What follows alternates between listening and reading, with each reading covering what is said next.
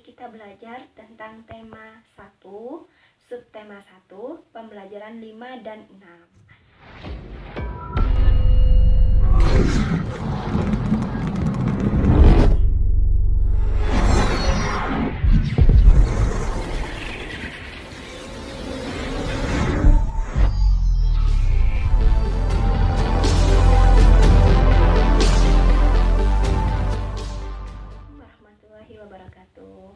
Selamat pagi anak-anak, bagaimana kabarnya hari ini?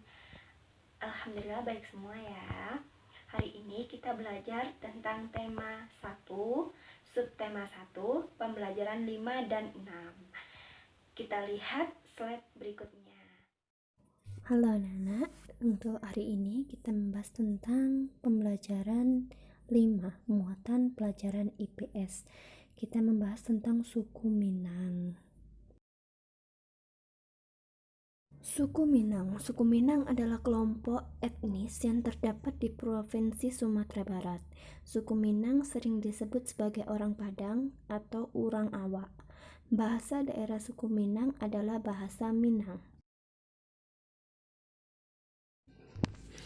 Suku Minang mempunyai rumah adat yang sangat khas yang disebut rumah gadang. Rumah gadang ini terbuat dari kayu dan mempunyai bentuk dasar seperti balok. Lengkung atap rumahnya sangat tajam seperti tanduk kerbau, sedangkan lengkung badan rumah landai seperti badan kapal. Atap rumah terbuat dari ijuk. Bentuk atap rumah yang melengkung dan runcing ke atas itu disebut gonjong. Karena atapnya berbentuk gonjong, maka disebut rumah bagonjong. Suku Minang mempunyai alat musik tradisional Minang yang disebut talempong. Talempong dimainkan dengan cara dipukul. Alat musik khas Minang lainnya adalah saluang. Saluang ini dimainkan dengan cara ditiup. Suku Minang juga memiliki banyak jenis tarian, di antaranya tari pasambahan dan tari piring. Tari pasambahan biasanya ditampilkan dalam pesta adat. Suku Minang sangat terkenal dengan berbagai makanan khasnya. Rendang merupakan salah satu makanan tradisional suku Minang yang sangat terkenal, bahkan sampai ke mancanegara. Makanan khas suku Minang lainnya yang juga digemari adalah sate Padang dan dendeng balado. Orang Minang gemar berdagang dan merantau ke daerah lain. Legenda suku Minang yang sangat terkenal adalah Malin Kundang. Apakah kamu masih ingat gerakan dasar tari Bungong Jumpa? Ayo, kita pelajari gerak dasar berikutnya. Pada pertemuan sebelumnya, kamu telah belajar gerakan dasar tari Bungong Jumpa dalam posisi berdiri. Sekarang, kamu akan mempelajari gerakan dasar berikutnya, yaitu gerakan pada saat posisi duduk. Gerakan berikutnya yaitu gerakan F. Tangan kanan di bahu dan tangan kiri di paha. Ditepuk 2 kali secara bersamaan. Lakukan secara bergantian kanan dan kiri.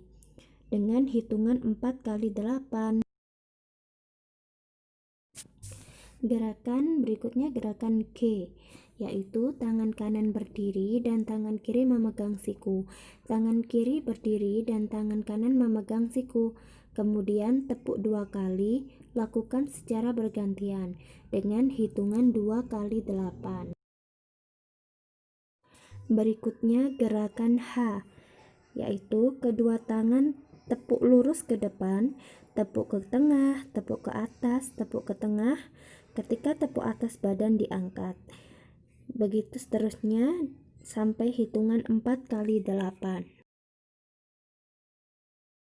Gerakan terakhir yaitu gerakan I, di mana kedua tangan memegang lantai, serong ke kanan dan ke kiri, ditarik ke atas tangan lurus, serong ke kanan dan ke kiri, secara bergantian sampai hitungan 2 kali 8. Di sini Bu Iva punya tanggram. Di dalam gambar tanggram ini banyak sekali kita lihat ada gabungan dari segi banyak beraturan, dan segi banyak tidak beraturan. Dari gambar diagram tersebut, kita bisa mendefinisikan segi banyak.